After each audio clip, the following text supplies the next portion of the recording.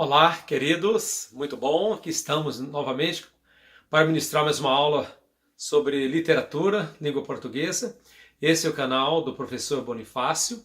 Eu tenho um canal no YouTube e quero convidá-lo para que você faça sua inscrição, clique no sininho e receba minhas aulas no meu canal Professor Bonifácio. Ok? Você que já é inscrito no meu canal, muito obrigado pela sua participação. Tá bom? Você que não é inscrito ainda no canal no YouTube, eu estou convidando você para se inscrever nesse dia, nessa hora que estou gravando esse vídeo, essa aula para você. Tá bom? Eu sou o professor Bonifácio, sou professor de língua portuguesa na Escola João Feliciano, escola estadual aqui em Jacareí. Tá bom? Meu abraço, minha gratidão pelo seu apoio. Eu também tenho um canal de pregador do Evangelho, de mensagens bíblicas, que chama Pastor Valdeci Bonifácio. Se você quiser também se inscrever no meu canal como pregador, como estudioso da Bíblia, faça isso no canal no YouTube, que tem o nome de Pastor Valdeci Bonifácio, tá bom? Muito bem, vamos à aula desse dia?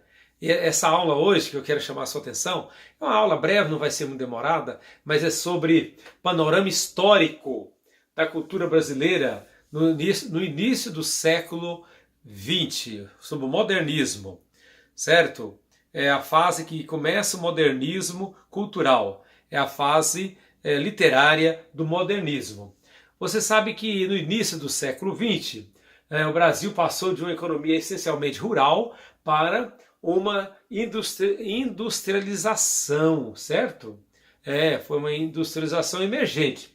Então, alguns fatores mudaram a maneira cultural na parte histórica literária de nosso Brasil. Você está lembrando? Vamos recordar alguns fatores que nas primeiras décadas do século XX, né, o Brasil passou de forma bem drástica, bem intensa, de uma forma rural para uma forma industrializada. E um dos primeiros fatores foi a aceleração da transformação que ocorreu pós Primeira Guerra Mundial. Sabia? Foi uma aceleração muito grande das mudanças, né? Os lucros provenientes das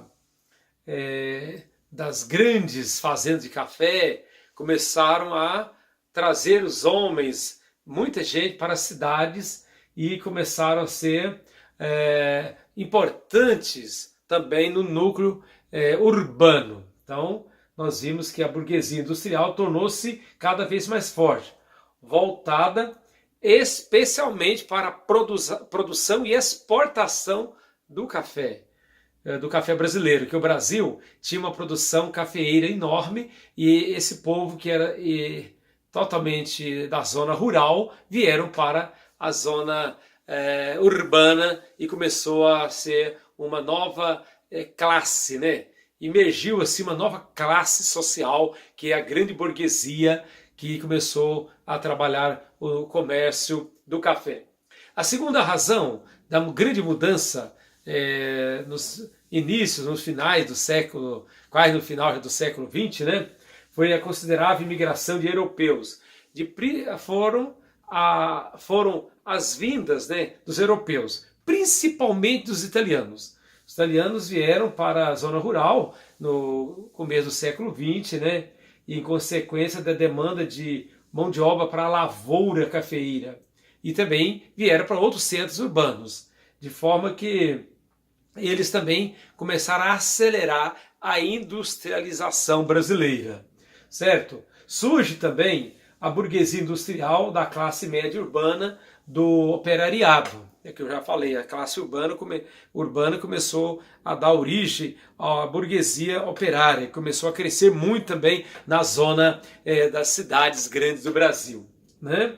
A pressão da burguesia industrial contra o governo que apoia os setores da agropecuária. Era o café em São Paulo e o gado em Minas Gerais, né? quer dizer, café e leite, café com leite, a política do café com leite, café em São Paulo e o gado, né, o leite em Minas Gerais, que dominou o Brasil por muitas décadas. Então começou a ter uma mudança também nessa época. E a classe média começou a reivindicar também, né, a reivindicar o voto, a participação na política. Foi nessa época, no século XX, que a demanda pelo voto secreto, né, pela eleição secreta, que começou a ser exigida pela classe burguesa, pela classe média emergente. Tá bom? As greves de operários também começaram a estourar no Brasil. Houve greves da classe operária por melhores condições de vida. Os trabalhadores começaram a reivindicar melhores condições de vida, certo? Então, nós vimos que algumas razões, né, já foram fatores que criaram a nova forma literária no Brasil. A nova forma literária no Brasil, que assim deu a grande marca para começar o nosso novo projeto de literatura brasileira. E o grande marco mesmo, né, que consideramos o início do modernismo no Brasil, é a realização da Semana de Arte Moderna em São Paulo no ano de 1922.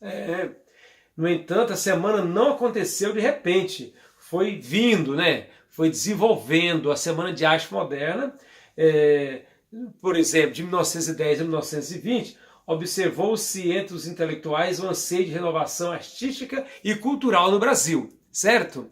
E assim o Brasil contagiou-se com a inquietação do mundo europeu, embora inicialmente isso se manifestasse de modo tímido, em grupos isolados no Rio de Janeiro e São Paulo, principalmente centros culturais da época.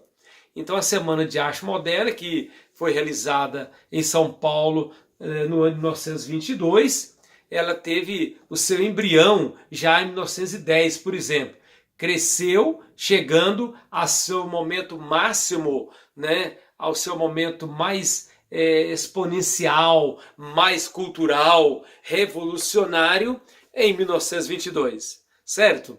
Então, século XX foi um século de transformações, de mudanças do brasileiro que veio da zona rural para cidades. As cidades começaram a crescer muito e houve uma classe média, iniciante, e também a questão do cansaço do domínio do gado e da plantação cafeeira, e a industrialização começou a ser muito marcante. Ok? Isso gerou uma nova filosofia cultural. Nós veremos isso na próxima aula. Ok? Na próxima aula vamos falar sobre a Semana de Arte Moderna e daremos continuidade ao estudo do modernismo, que é uma das fases literárias dentro da estrutura literária da língua portuguesa. Ok? Por enquanto, meu abraço, minha gratidão pela sua atenção, por você acompanhar essa palestra, essa aula sobre cultura literária da língua portuguesa. Tá bom? Receba um abraço do seu amigo, professor Bonifácio.